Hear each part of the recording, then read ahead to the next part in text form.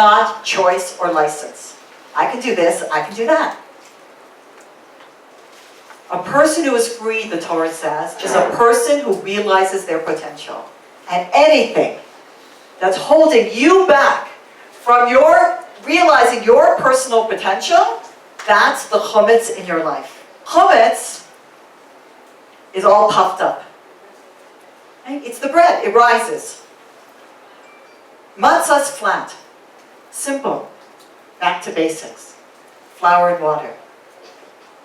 Chametz is, if anybody here has ever made challah, you put a lot of ingredients into it, a lot of work into it, and hopefully it rises. What's all puffed up that holds us back? Especially men, I have to say. Ego, exactly. Ego. Somebody told me that ego stands for exiting God out. It's all about me. There's 3 times in the day that a man is supposed to pray. A traditional Jew is supposed to pray, a man is supposed to pray 3 times a day. Morning, shachrit, afternoon, mincha, and evening, mariv. And I've heard more than one rabbi say, which one is the most important one for a man?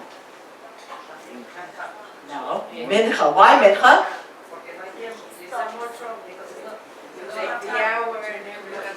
Yes, mincha in the afternoon. What's a guy doing in the afternoon?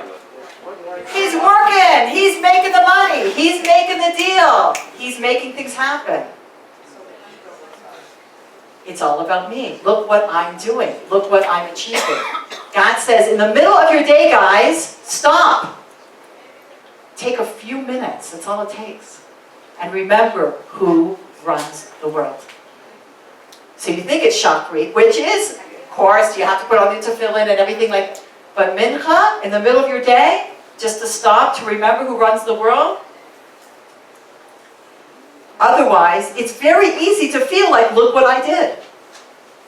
When we started the JWRP in 2008, and 8 women went away to plan this idea, to create this trip, this transformational trip, it was just an idea. We're a startup. We just eight women had this idea.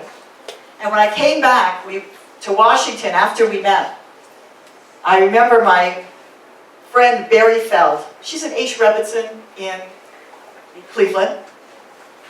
She called me up. How's it going? And I told her what happened. I just came back from Utah. We planned this thing, and these 8 women, and we have this idea, this trip, and you know what? She gave me the best piece of advice. The best. She said, Lori, just don't get in God's way. Don't get in God's way. We get in, God can do anything. Anything. I could tell you miracle story after miracle story after miracle story of relationships you think could never be saved that were saved. Of people who were so far away Jewishly who came back. Who people were on the last breath of death who are still here with us. Unbelievable stories. Anything is possible. We get in God's way. The Almighty is always trying to help us to make the right turn in life. We're not listening. We have busy, busy minds. And we have tapes that are playing since we were kids. Passover Seder is interesting. You get together with all your family, and everybody's like kids again. Like, oh, I'm the smart one, I'm the funny one, I'm the idiot, I'm the this, I'm the boss. We go back to being kids again. We fall into those roles, and those insecurities, and those labels. But you're a grown-up person. What happened? And we're still vying for our parents' attention, and who was loved most, and who was the favorite, and the sibling rivalry. And we're grown-up people. We get in God's way. Do you know, in the laws of Lashon Hara, of gossip, you're not allowed to speak Lashon Hara about yourself. You think after all these trips, because every morning I wake up and I ask myself 2 questions. Number 1, where am I? And number 2, is it Shabbat? Those are my first 2 questions. Where am I? And is it Shabbos? Because I have this fear of grabbing my phone and half asleep, and it's Shabbos. So, when the answer is, I'm home, and the second answer is, it is Shabbos, I'm the happiest person ever. But you think after all these trips, I'd be the best packer ever. Like, I probably have it down, right? No. So I'm sharing a room with Adrianne. How awesome is Adrianne? Don't you love her? She's the best. You could clap.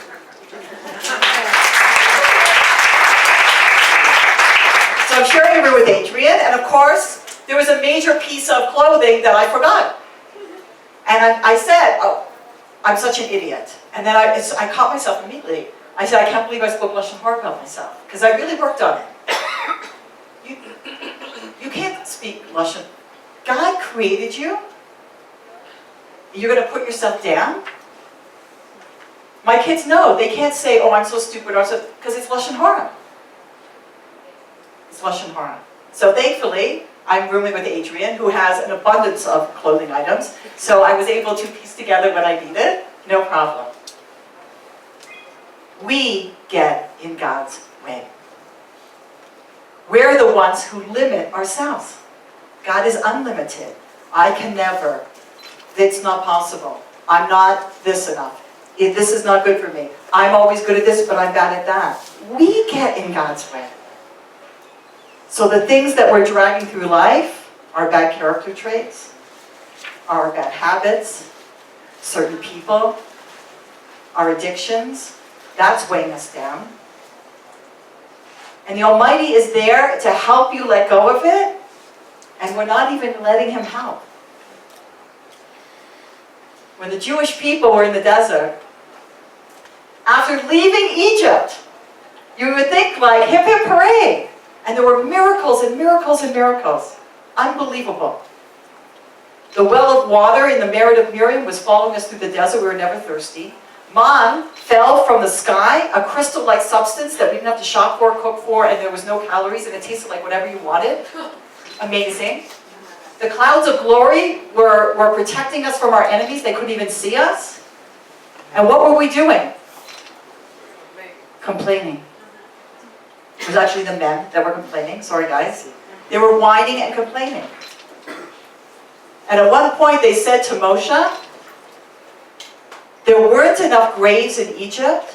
You had to take us out here to die. Let's go back to Egypt where the fish was free. It's right in the Chumash. Let's go back to Egypt where the fish was free? What are you talking about? We were slaves. They were killing our children, making them into mortar and making pyramids. Like, what? So Rashi, the foremost commentator on the Chumash, says, what were they saying? They're saying, let's go back to a life without responsibility. Because when I'm a slave, I don't have to think. I'm on autopilot. And that's what happens to us. We're on autopilot. You're still saying the same. Do you ever say something and it's like your mother used to say this and it made you mad and now you're turned into your mother? All right? You're on autopilot with that kid. Do you know how many people come up to me on the trip and they said, I think that talk is going to transform my relationship with my son. Because now I know that if I'm this type of character, if I'm a judgmental toe, for those of you who remember, and my son's a Chaim, then now I know why we're in conflict. That light bulb goes off over their heads. And now they're on their road to freedom. But before, you're on autopilot. Think of a relationship now that you have in your life that has conflict, and that's negative. Could be a personal one, it could be a professional one. And you're probably upset because no matter what you do, you can't seem to solve it. And what do we do with our kids? We just get louder and louder and louder. We think that if I just get louder, they'll listen to me. But they're not listening to you. The way you're doing it is not working. It's insanity to keep saying the same thing again and again and doing the same thing. You're on autopilot. What are you doing? Stop. You can stop right now. We fall into these habits, and we fall into these roles, and this one is easy, and this one is hard, and we just feel that it can never, ever be different. I'm here to tell you, it can be different. Things can change, but it starts with you. You have to make a decision. that I'm going to, when we were having trouble with one of our kids. Tengo cinco hijos. We have 5 children. So we were having trouble with one of our kids, and we realized we have to change the way we're parenting her. She's not going to change. You can't change people. You can only change your reaction to them. And once you change your reaction to them, that often creates an environment where they can change. But stop trying to change them. I have kids who are dating now to get married. So we have one son who got married last year, and now I have another daughter who's in this, she's whatever, seriously trying to find the right guy. And the one thing I told her, she said, oh, this guy has a lot of potential. And I said to her, he probably does, but you can't marry somebody based on they're going to change. If he doesn't change 1 iota, will you be happy? Will you be happy the way he is right now? Because you can't count that he's going to change. And women often have this syndrome, I'm going to fix him. I'm going to change them.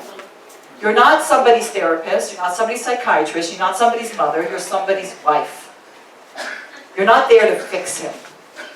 You're there to create an environment where a good guy can become great. And there's a marriage talk that we can have one day, and some of you have heard it, to help you. But don't marry somebody based on they're going to change. You can only change you. And you can. You really can change. We don't think it's possible, but it is. I have to tell you that we are traveling around the world, and we're seeing all of the women and some of the men who have come on the JWRP trips. The amount, I wish I had $1 for every time somebody said, this trip changed my life. And then they tell me a story of how it changed their marriage. It healed their relationship with their son. How now they finally told their kids, I want you to marry somebody Jewish, and this is why. And kids they thought would never care about being Jewish are now in Israel, studying, serving in the IDF. Miracle after miracle after miracle. And I have to tell you, we just brought our 10,000th woman on the trip from 26 countries. 10,000 women, that's 10,000 stories. But so many of you who have shared your stories with me, and I really feel this way, and I'm sure Adrianne feels the same, all the work that goes into it, it was worth it just for you. Just for you, just for one person, that they changed their life for the better, that generations, every woman, the only reason a woman won't come on a trip, how can I leave my kids? And I tell them, you're not leaving your kids, you're going for your kids. Because what you're going to gain there is going to come back and spill into every aspect of your life.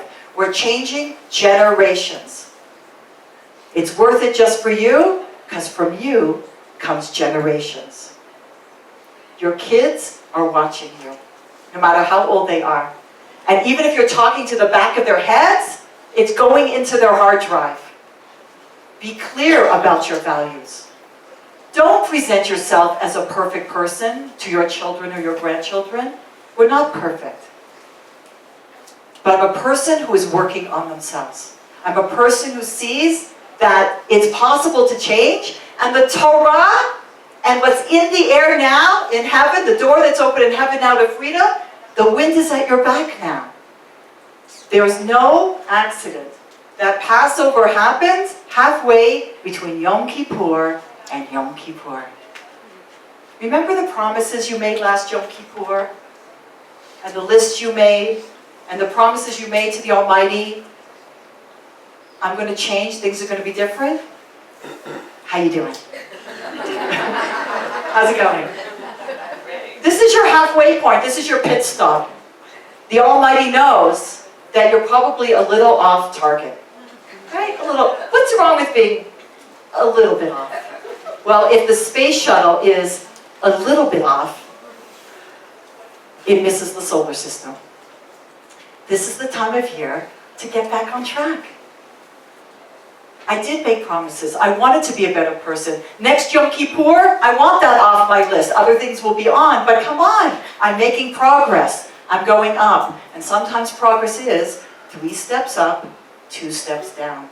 But at least you're up a step. What do we tell our kids when they go to write the exam? Just do your best. The Almighty looks down, and that's what He expects of you and me. Just do your best. Not perfection, your best. How many of us are doing our best? In our marriages, as a Jew.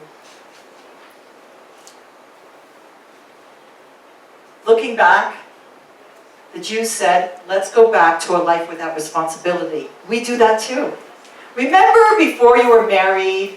Remember before you had kids and you could just spontaneously do anything? Remember before you had commitments to the community? Remember before that you made it financially and people weren't lining up to get... Remember, those were the good old days.